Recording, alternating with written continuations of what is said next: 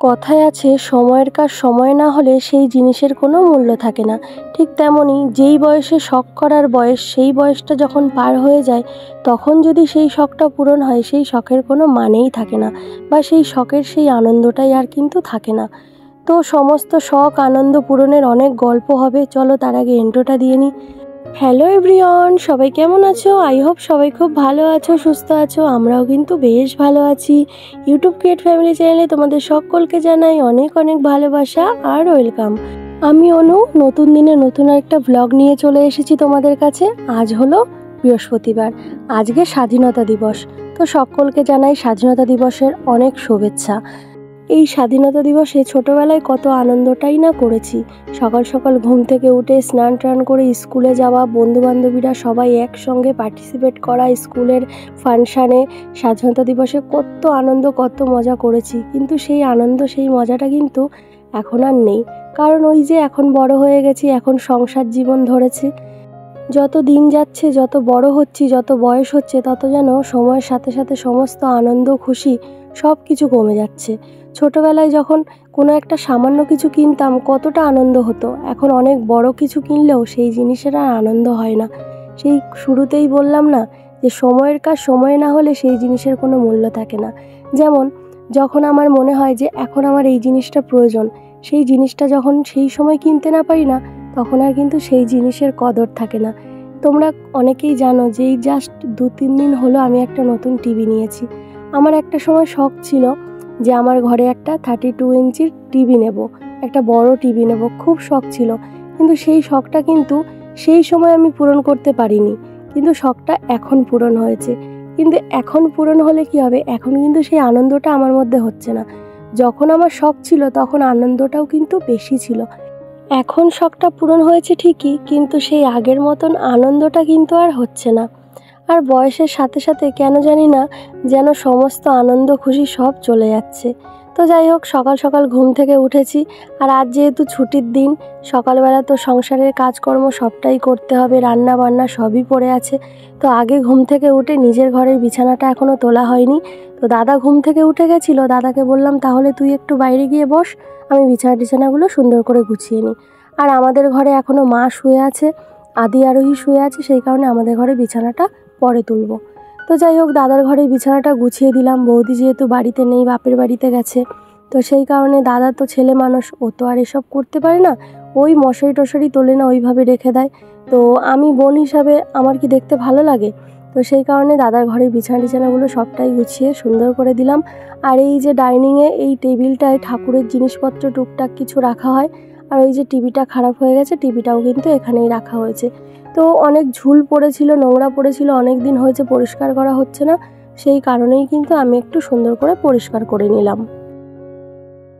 আজকে সকালে ঘুম থেকে উঠেই আমি ভেবেছিলাম যে সকাল সকাল এই সমস্ত কাজগুলো কমপ্লিট করব আগে, তারপরে গিয়ে একবারে রান্নাবান্নায় হাত দেব। সেই জন্যেই কিন্তু টুকিটাকি এইসব ঝাঁটফাট দেয়া, পরিষ্কার করা কাজগুলো আগে করে নিচ্ছি। আর জানো তো, মাম্মামের জন্য না ভীষণ মন খারাপ হয় মাঝে মাঝে, কারণ সেই 3 মাস বয়স থেকে মাম্মাম আমার কাছে থাকে। আর এখন মাম্মামকে ছেড়ে আজকে 4-5 দিন আমার না একটুও ভালো লাগে না। হ্যাঁ, যতক্ষণ কোম্পানিতে থাকি ততক্ষণ ভালো লাগে, বাড়িতে আসলে না ওই যে শুধু মনে হয় এখানে ছোটাছুটি করছে, ওখানে দৌড়োদৌড়ি করছে।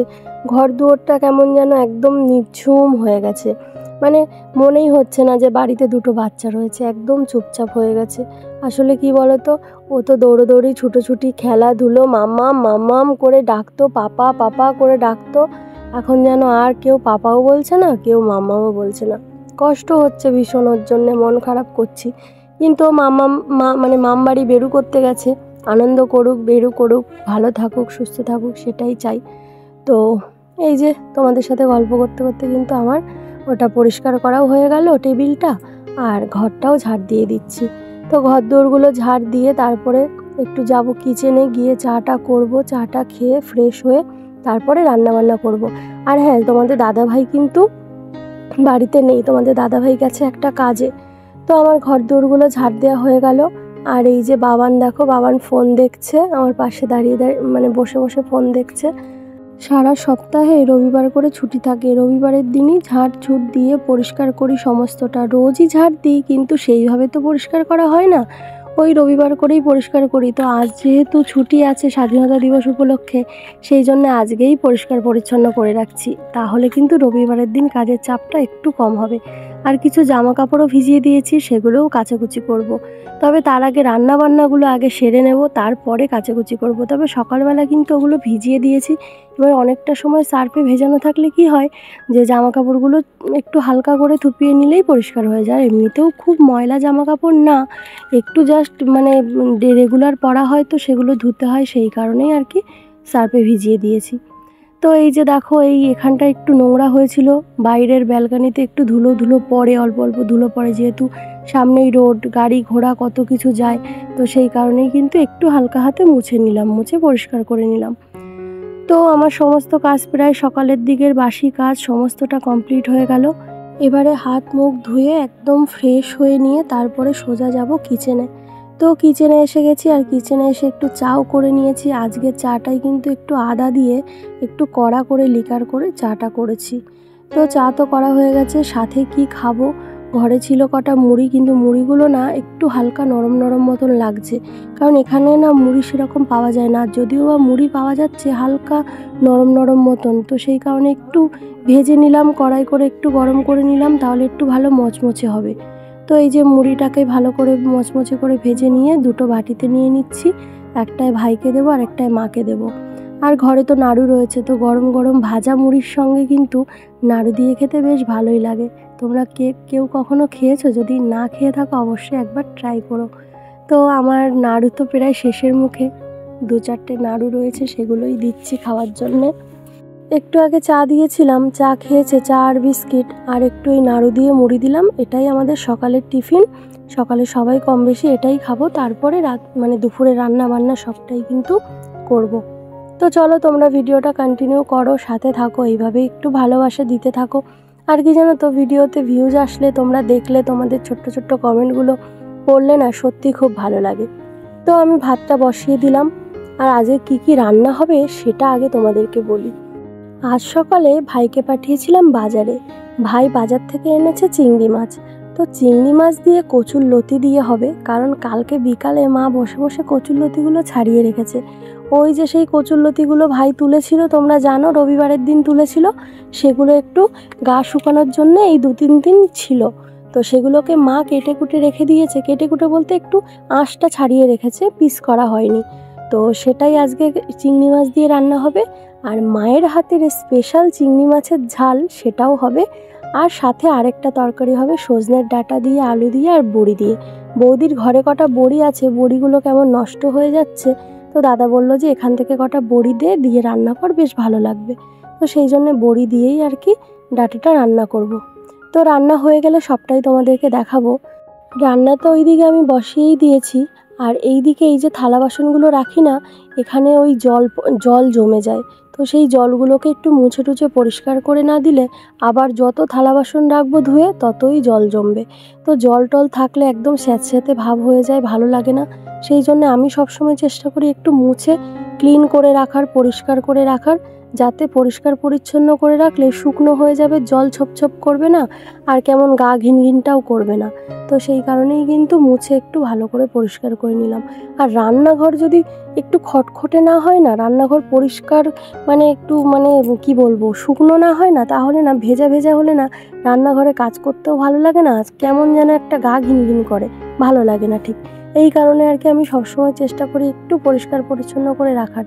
কবে যে নিজের স্বপ্নের বাড়িটা করতে পারবো, নিজের মনের ইচ্ছাটা পূরণ করতে পারবো, নিজেদের পায়ের তলার মাটি, মাথার ওপরের ছাদটা একটু বানাতে পারবো, তারপরে গিয়ে নিজের ঘরটা সুন্দর করে সাজাবো। আর অবশ্যই কিন্তু তোমরা সাথে থাকলে, পাশে থাকলে তোমাদেরকেও সবটাই শেয়ার করব। তো এটা নিজের বাড়ি না, তাও চেষ্টা করি গুছিয়ে রাখার। নিজের বাড়িঘর হলে তো আরও বেশি সুন্দর করে একদম মানে একটা আলাদা রকম হতো, মানে কোথায় কি করব, কোথায় কোনটা সেটিং করব, সবটাই করতাম। এখন অন্যের বাড়ি থাকি, কি করব, যেভাবে মানে দিনগুলো কাটানো নিয়ে কথা, তো সেইভাবেই করি, যেভাবে চললে চলা যায়, চলার মতন আর কি কোনো রকম আর কি চালিয়ে নিই। আমি হয়তো অতটা ভালো গুছিয়ে বলতে পারি না। তো যাই হোক, জায়গাগুলো গুছিয়ে নিলাম। আর এই যে এখানটা একটু বাসন মাজা জল টল পড়েছিল, তো সবটা মুছে টুছে একটু পরিষ্কার করে নিলাম, বেসিনটাও সাথে পরিষ্কার করেছি। আর যেই ন্যাকড়াটা দিয়ে মুছলাম ওটাও একটু সুন্দর করে ধুয়ে টুয়ে পরিষ্কার করে মেলে দেবো। ওটা শুকনো হয়ে গেলে দেখবে জল মুছতে সুবিধা হয়। তো সেই কারণে আমি রোজই এগুলো করি। তো এই যে আমার এদিকে রান্না হচ্ছে, আর এই কচুরলতিগুলো ভাই ছোট ছোট করে টুকরো করে পিস করে দিয়েছে। তো কচুরলতিটা ধুয়ে নিচ্ছি। আর জানো তো, কচুরলতি ধুলাম অথচ আমার হাতও চুলকালো না, কিছুই না। এগুলো কিন্তু চাষ করা না, এগুলো কিন্তু দেশি কচুরলতি। তারপরেও কিন্তু আমার একটুও হাত চুলকায়নি, কোনো সমস্যাই হয়নি। আর এই যে সেই ভাই চিংড়ি মাছ এনেছিল, তবে ভাই কিন্তু চিংড়ি মাছ শুধু আনেইনি, ভাই কেটেওছে এবং ধুয়ে টুয়ে সাফ সাফাই করেই দিয়েছে। আমি শুধু খালি গুছিয়ে রান্নাটা করব, ব্যাস এইটুকুই। ওই যে আজ আমি ওই সকালে ওই কাজগুলো করছিলাম, ডাইনিংটা পরিষ্কার করলাম, টেবিলগুলো মুছলাম। তো সেই কারণে ভাই বাজার থেকে মাছ নিয়ে এসে মাছটাকে কেটে ধুয়ে সুন্দর করে গুছিয়ে রেখে দিয়েছে যে দিদিভাই এসে রান্নাটা করবে। এমনকি কচুরলতিগুলোও কেটে পিস করে দিয়েছে, রসুন ছাড়িয়ে দিয়েছে, করে দেয়। ও আমার হাতে হাতে অনেক কাজই করে দেয়, শুধু তোমাদের দাদাভাই করে এমনটা নয়, ভাইও অনেক কাজ করে দেয়। রাত্রেবেলা বেশিরভাগ রান্না বান্না সবটাই কিন্তু ভাই আমার সাথে হেল্প করে বা করেও দেয়। আর বেশিরভাগ দিন ভাই বলে যে দিদি ভাই আমি রান্না করি তরকারিটা। হ্যাঁ করো, আর ওর হাতে রান্না খেতেও বেশ ভালো লাগে। তো সেই কারণে করে, আমিও থাকি ও থাকে, তিনজনে মিলেই কিন্তু করে ফেলি। বেশিরভাগ রাতে ভাই আর আমি দুজনে মিলেই করি। তো এই যে রান্না বান্না কমপ্লিট হয়ে গেল, তো সবটাই তোমাদেরকে দেখাবো কি কি রান্না করেছি। তার আগে বাসনগুলো একটু মেজে ধুয়ে পরিষ্কার করে নিই, কারণ রান্না কমপ্লিট হয়ে গেলে থালা বাসন মেজে যদি গুছিয়ে না রাখি তাহলে কিন্তু ভালো লাগে না। আর রান্নাটা যে করেছি, সমস্ত রান্নাটা কিন্তু তোমাদের সাথে শেয়ার করতে পারিনি। সমস্ত রান্না শেয়ার করতে গেলে অনেক বড় হয়ে যাবে ব্লগটা। তো সেই কারণে যতটুকু পেরেছি শেয়ার করেছি। তবে কি কি রান্না করেছি, কেমন হয়েছে, সবটাই তোমাদের সঙ্গে অবশ্যই আমি দেখাবো। তো চলো, আমি তার আগে থালা বাসনগুলো মেজে কমপ্লিট করে নিই, তারপর তোমাদেরকে দেখাচ্ছি। তো বাসনগুলো তো আমার মাজা হয়ে গেছে, এবার একটু উবুড় করে রেখে দিচ্ছি। তারপরে এই জায়গাটাকে একটু ভালো করে পরিষ্কার করে নেব, আর তারপর চলে যাব সোজা বাথরুমে। তবে বাথরুমে গিয়ে কিন্তু স্নান করব পরে, কারণ আগে কাচবো জামা কাপড় কেচে তারপরে স্নান করব। তো চলো একবারে স্নান করে এসেই দেখা হচ্ছে। এদিকে স্নান সেরে চলে এসেছি বাইরে, জামা কাপড়গুলো মেলবো। তবে তোমাদের দাদাভাই কিন্তু 2-3 বালতি জামা কাপড় অলরেডি মেলে দিয়েছে, আর 2 বালতি রয়েছে, ছোট ছোট 2 বালতি, সেগুলো আমি মেলে দেব। আর আমি কিন্তু আজকে অনেকটা জামা কাপড় কেচেছি, কারণ 2-3 দিন ধরে জামা কাপড়গুলো ছিল। তো ভাবলাম যে রবিবার দিন না কেচে আজকেই কেচে ফেলি, কারণ আজ তো বাড়িতে রয়েছি, ছুটি আছে স্বাধীনতা দিবস উপলক্ষে। সেই কারণেই কিন্তু আজকে সবটা করে ফেললাম। আর ঘর দোরগুলোও একটু পরিষ্কার করে নিলাম। তো এই যে স্নান টান করা তো হয়ে গেল, এবার জামা কাপড় মেলে যাব ঘরে, ঠাকুরের পুজো দেব, সিঁদুর পরব, তারপরে গিয়ে সবাইকে খেতে দেবো। বেলাটাও বেশ অনেকটা হয়ে গেছে। আর ওইদিকে মাও গেছে বাথরুমে স্নান করতে। মাকে বললাম যে তুমি এবার স্নানটা করে নাও। মা অনেক আগেই স্নান করতো, শুধু আমার জামা কাপড় কাচার জন্যই কিন্তু মা স্নানটা করেনি। মা শুয়েছিল, টিভি দেখছিল, আর তোমাদের দাদাভাই তো টিভি দেখতে দেখতে ঘুমিয়ে পড়েছে। ও সকালে এক জায়গায় গেছিলো একটা দরকারে, তো সেখান থেকে চলেও এসছে। আর আজকে জানো তো আমার মনটা ভীষণ খারাপ ছিল, সে কারণেই কিন্তু আমার লেট হয়েছে। মনটা খারাপ হওয়ার পিছনে কারণ হলো আমার একটা শখের জিনিস আজকে আমার কাছ থেকে হারিয়ে গেছিলো। তবে পরে সেই জিনিসটা আবার ফিরে পেয়েছি, আবার সেটা বাড়িতে এসে দিয়ে গেছে। তো সেটা হলো আদি আরোহী গেছিলো ডান্সে, তো ডান্স থেকে আসার সময় আইসক্রিম খেতে খেতে আমার সেই শখের ব্যাগটা কিন্তু অটোতে রেখে নেমে পড়ে। তো সেই কারণেই কিন্তু ওই ব্যাগটার জন্য আমার ভীষণই মন খারাপ হচ্ছিল। আমি খুব কান্নাও করেছি, অনেকক্ষণ রান্নাটাও বন্ধ ছিল সেই কারণে। আর এই কারণেই মনটা খারাপ ছিল, কান্না করছিলাম, কারণ ওই ব্যাগটা অনেক শখের ব্যাগ। আর তোমাদের দাদাভাই নিজে হাতে করে আমাকে কিনে দিয়েছে।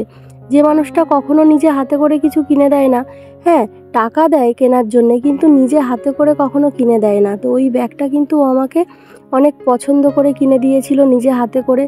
ওই ব্যাগটার দাম নিয়েছিল 680 টাকা। তো এত পছন্দের একটা ব্যাগ হারিয়ে গেলে একটু তো মন খারাপ হবে, কষ্ট হবে।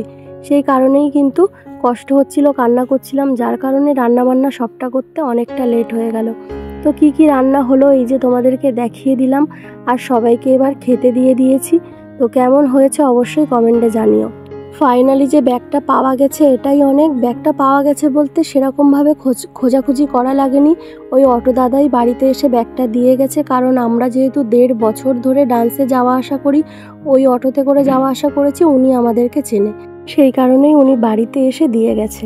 তো যাই হোক, খাওয়া দাওয়া কমপ্লিট হয়ে গেল। আর সন্ধ্যাবেলা কিন্তু এই যে মা একটু সিমাই বানিয়েছিল, মায়ের হাতের স্পেশাল ভাজা সিমাই, তো সেটাই খেলাম। তো চলো আজকের ব্লগটা এখানে শেষ করছি, দেখা হবে নতুন আরেকটা ব্লগে। সবাই ভালো থেকো, টাটা।